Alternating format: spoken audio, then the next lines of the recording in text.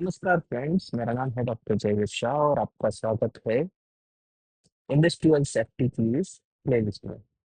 आज हम बात करेंगे एक क्वेश्चन के बारे में जो कहता है explain the modern concept of safety, health and environment, जिसे शॉर्ट फॉर्म में कहा जाता है SHE मैनेजमेंट। अगर ये क्वेश्चन पूछा जाए तो उसके आंसर में एक हम शॉर्ट की याद करेंगे। उसका नाम है सी इज कूल, SHEISCOOL। चलिए जानते हैं इसका मीनिंग क्या होगा। S S means safety first. Safety first का मीनिंग है कि जो वर्कर है वो पर्सनल प्रोटेक्शन इक्विपमेंट पहने और अपनी सुरक्षा का खुद ख्याल रखे। सो एस मीन्स PPE पहनना, ट्रेनिंग लेना उसके बारे में, हैजार्ड्स के बारे में, एंड हैजार्ड को कंट्रोल करना सीखे, तो सेफ्टी फर्स्ट। फिर आता है एच। H means health.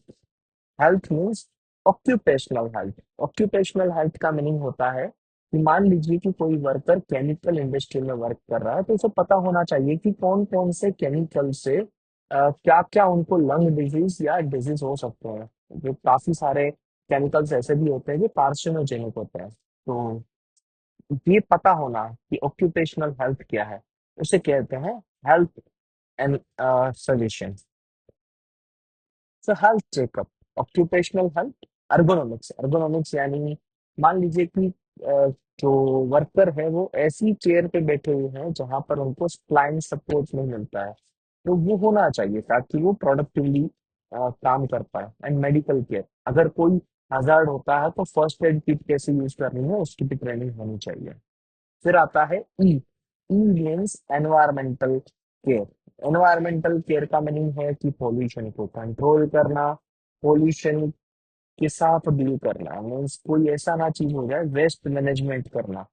जैसे कि कोई ऐसी चीज ना हो जाए कि हमने जो केमिकल्स रखे हैं उसको हम डिस्पोज करने वक्त एक साथ में कनेक्ट कर देते हैं, जिसकी वजह से एक अलग से ही रिएक्शन क्रिएट हो जाता है। So such kind of things should be avoided. फिर आता है I. I means integration. Integration of ISO certification. Indian standard organisation ने सर्टिफिकेट्स रखे हैं 45,001 एंड 14,001, जो सर्टिफाई करते हैं कि ये चीज क्वालिटी के हिसाब से, as per norms, as per standard के हिसाब से है कि नहीं। फिर आता है S. S means sustainability. Sustainability means एक लॉन्ग टर्म बैलेंस होना चाहिए पीपल का, प्लानेट का एंड प्रॉफिट के साथ। सो एक है ना, ये चीजें जब जब इम्प्लीमेंट की जाती है तो एट अ टाइम उसका प्रॉफिट नहीं मिलता है, but on a long journey जब ये सारी चीजों को इम्प्लीमेंट किया जाता है तो एक बड़ा प्रॉफिट निकल के आता है। सस्टेनेबल डेवलपमेंट है, यानी आप ये चीजें करते जाइए, आपका इम्प्रूवमेंट होता जाएगा। फिर आता है सी, कंटिन्यूअस इम्प्रूवमेंट।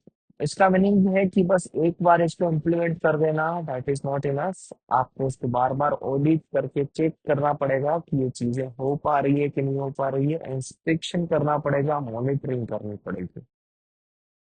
जैसे होता है ना कंटिन्यूअस इवोल्यूशन इन टीचिंग, वैसे ही कंटिन्यूअस इम्प्रूवमेंट इन SHE। फिर आता है ओ, ओनरशिप बाय वर्कर। वर्कर को खुद ही अपनी हेल्थ का ओनरशिप लेना होगा कि ये सारी चीजें उनके लिए हैं, ये उनको फील करवाना होगा। Employ participation and safety culture, correct.